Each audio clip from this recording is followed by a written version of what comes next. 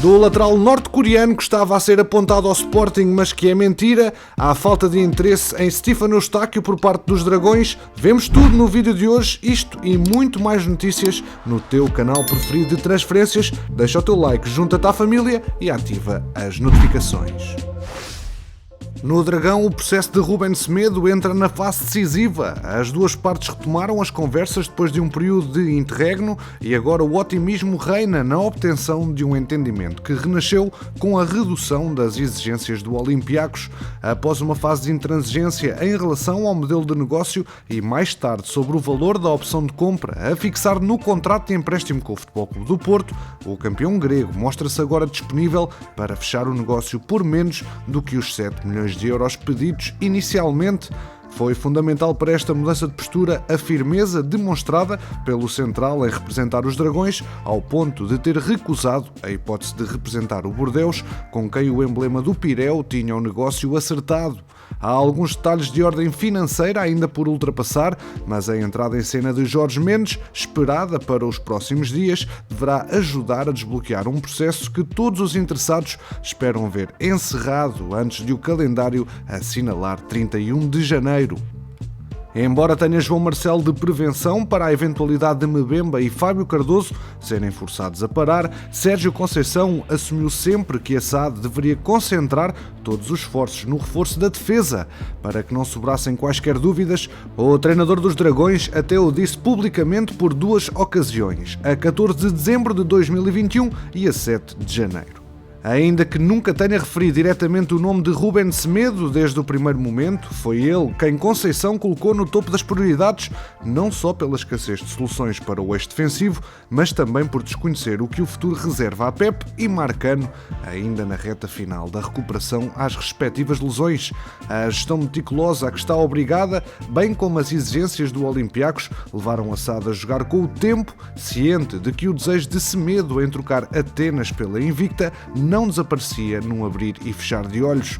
Assim, começou por tratar das saídas de Sérgio Oliveira, Corona e Nanu, ganhando alguma folga negocial para abordar a última semana de mercado e tentar fechar o reforço tão desejado por Sérgio Conceição. Já Stefano Eustáquio está cada vez mais longe do Futebol Clube do Porto e só mesmo um bom negócio pode facilitar a vinda do médio que alinha no Passos de Ferreira. A informação é avançada pelo Correio da Manhã. Apesar da fonte ser esta, a verdade é que não está em causa a qualidade do jogador, mas o técnico portista acredita que poderá colmatar a saída de Sérgio Oliveira com os jogadores que tem no plantel, ora Uribe, Vitinha, Gruitch e Bruno Costa, e até promover mais de um dos jovens da formação para aquela posição. Além disso, os pacenses pedem um valor a rondar os 5 milhões de euros e os Dragões não vão entrar em loucuras com um jogador que teve uma lesão grave, uma ruptura do ligamento cruzado anterior do joelho esquerdo em 2019 ao serviço dos mexicanos do Cruz Azul. É verdade que o jogador relançou a carreira nos pacenses, mas existem algumas dúvidas quanto a uma possível carga de jogos mais intensa, como acontece no Futebol Clube do Porto. Para já, as negociações estão interrompidas devido à chamada do jogador para a seleção canadiana, vai defrontar as Honduras e os Estados Unidos da América na qualificação para o Mundial. Nova ronda negocial no dia de hoje por Marcos Edwards em Guimarães. Os minhotos têm em mãos uma proposta de 12 milhões de euros de um clube da Premier League, mas a oferta leonina tem potencial para superá-la e os leões sentem que com a inclusão dos passos de jogadores no negócio estão a conseguir convencer o Vitória.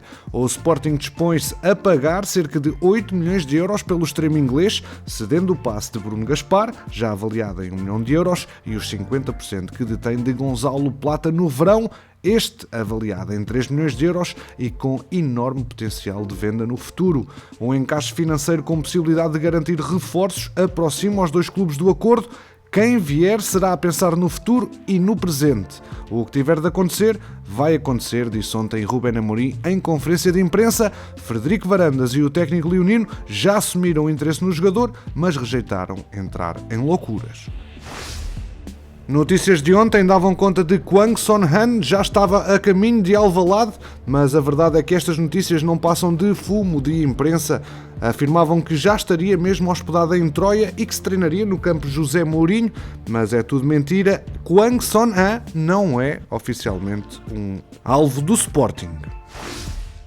Relativamente a Rafael Leão, o Tribunal da Relação de Lisboa indiferiu o recurso apresentado pelo jogador com vista à anulação da decisão do Tribunal Arbitral do Desporto, que condenara o avançado a pagar 16,5 milhões de euros ao Sporting na sequência da rescisão unilateral de contrato em junho de 2018, meses depois da invasão à Academia de Alcochete.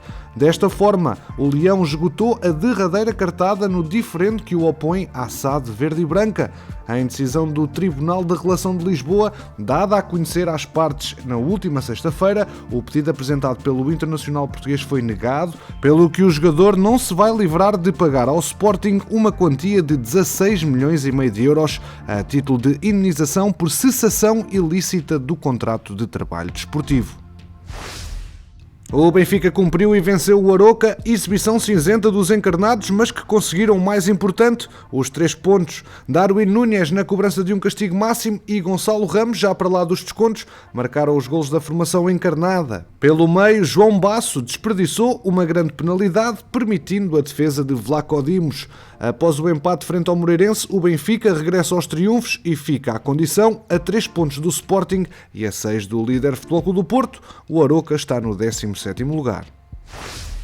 O antigo central da Chapecoense, Tiago Cozé, chega este fim de semana a Lisboa para fazer testes médicos e assinar pelo Benfica até 2027.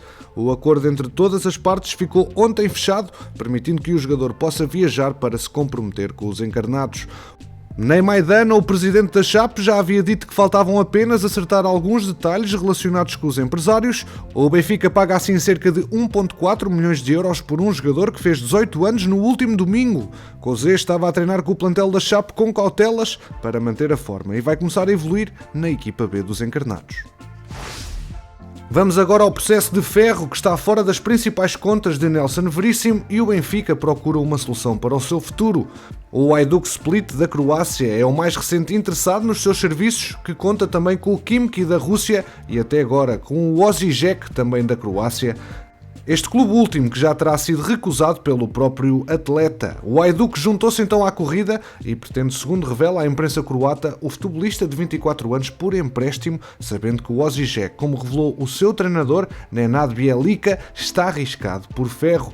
Ele virou-se para outras opções, esclareceu ontem o técnico do Emblema, que ocupa o 3º lugar da Liga Croata, esclarecendo também que o defesa tem várias opções em carteira além do Hajduk, clube pelo qual assinou Krovinovic no início da época. Ele tem ofertas dos Países Baixos, de Portugal e de Itália, e o Hajduk também se envolveu na corrida, esclareceu em declarações ao jornal Glas Slavoni, garantindo que vai procurar outras soluções. Bjelica atira ainda: há males que vêm por bem, talvez consigamos uma solução ainda melhor. Portanto, ficamos a saber que Francisco Ferro pessoalmente não quer ingressar na Croácia, mas que tem muitas propostas do mercado europeu, principalmente de Itália e de Portugal. Campeões, obrigado pela preferência aqui no MTL. Já sabes que aqui ficas sempre atualizado ao minuto sobre o mercado de transferências. Deixa o teu like, ajuda o projeto a crescer e quanto a nós, vemo-nos no próximo episódio.